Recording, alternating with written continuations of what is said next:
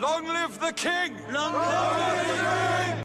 What's going on, knights, sorcerers, and lords all across the land of Ambion, and welcome once again to Merlin Weekly Reviews, where we're closing out Season 3, aka Series 3. Well, here's the scoop about the two-parter episode, The Coming of Arthur. I want to thank you all for staying loyal to me in Camelot's hour of need. Now, there will not be any musical strip things, because this was a two-parter I had to do, and I don't have time to research music that will go appropriately with this. So, what can I sum up about the entire two-parter without giving away too many things that people might want to see if they watch this episode? Well, let's go over the central theme about what the importance of Series 3 was as a midpoint within the entire series at large. Point the first. Throughout this entire series, we've been inching further and further into a plot development where it was the coming of Arthur usurping his father. We had no idea how, we had no idea what would be the causes and all this sort of things, but it was one of the prevalent things of an ascension rate for Arthur's whole thing of, is he ready to take up the crown someday? Is he ready to finally get his assortment of power? What will he do with said power? What will be his first couple of moves? There's always been that inkling that there is something underneath the surface that will shape what Ambion will be coming forward with because of Arthur's newest actions. This two-parter shows his whole leadership down to a T better than any of the episodes prior in the first two series, that has definitely demonstrated that Arthur is militant in his directions, is very brave, considerate, and knows exactly how to strike forward in a very meticulous manner that only the best of the best can do forth if they're trying to rule a kingdom. The second thing we're going to be talking about is the necessary evolution that is of Merlin's whole drive to keep the prophecy from going askew, even if it meant trying to do things that were against the plan to make stuff easier. We've seen him develop a lot throughout this entire series where he's doing better moves for his fellow kin in magics, while at the same time expressing a lot of his regrets for not putting down Morgana like he should have, even though his moral compass won't allow him to. That's what makes him so likable as a character. There's always that inkling that although Merlin wants to do the right thing, and although he has killed a lot of people, and I do mean a lot of people at this point, there is a big sense of himself where he feels a giant amount of guilt for not saving Morgana, but that's also what has been his biggest downfall, as well as what he's been trying to do now, even though it's been a huge key factor into being the bumbling fool that saves his entire friends and family, well, his family being guys, but still family, all with his determination, courage, and admitting that he's taking responsibility for his actions that have led Morgana to do all of the wrongdoing that she has done so far. Really does shape a bigger picture that he is going to be one of the greatest sorcerers and warriors that Camelot has ever nurtured and raised to get all this power. And the third thing is the final dissension that is Morgana.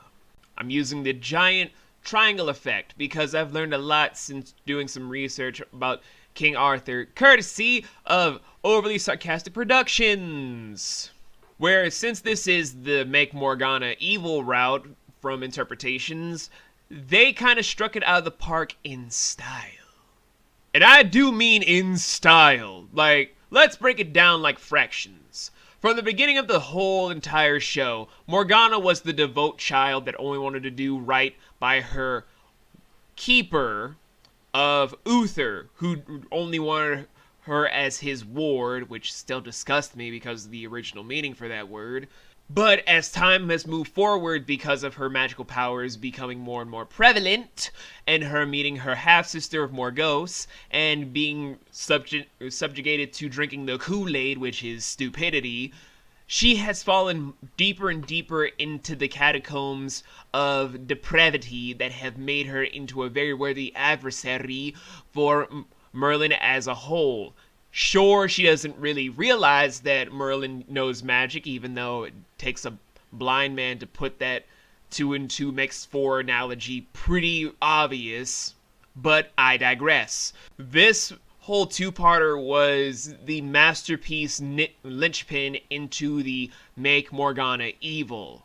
Give her a taste of unlimited power, use all the tools necessary to have it within her grasp, but lose something so precious that she goes completely off the rails to do something so dangerously dumb that it can eventually backfire in ways she has never seen in her life, will never see coming, as a lot of darker things will be illustrated to see. Bitch, you done fucked up! But yeah, that's basically the triumvirate that makes up the crux of the coming of Arthur. There were a bunch of other things that happened, such as the illusions of we're making the round table with the first 5 knights. There is the new regime of out with the old, in with the new. There is finally Morgana becoming Morgan Le Fay, like in the original text, except with more of a fucked up backstory and planning and being an overall moron with no real levity to be like, you know what? Fuck being evil, I'm just gonna keep to myself and maybe one day reconcile with my half-brother. You know, stuff like that. But from all that sort of stuff I'm not talking about and just alluding to, this is what I'm gonna say to you guys, that out of all the season finales I've seen for Merlin, this is kind of one of the most neutral ones I've seen in the entire show's run.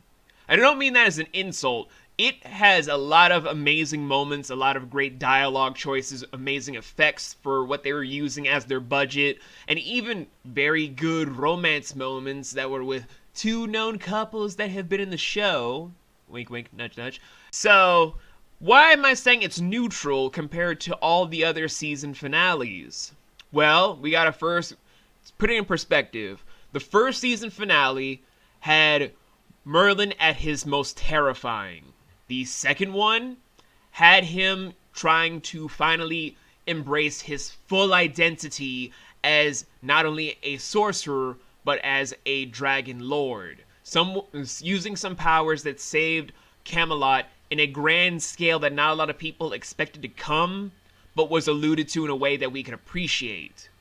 This was more of an Arthur story that only just had sprinkled elements of Merlin and Morgana's conflict, which has basically been the most focal point of the entire series thus far anyway. It gives off that inkling that although it has promise, has all the stuff that we've been clamoring for, we do know that it seems to be holding back a lot of actions that it wanted to.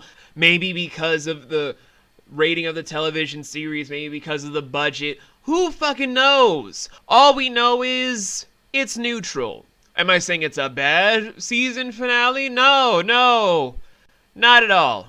But we are going to be coming up on probably a terrible season opener in the near future. I'm just saying.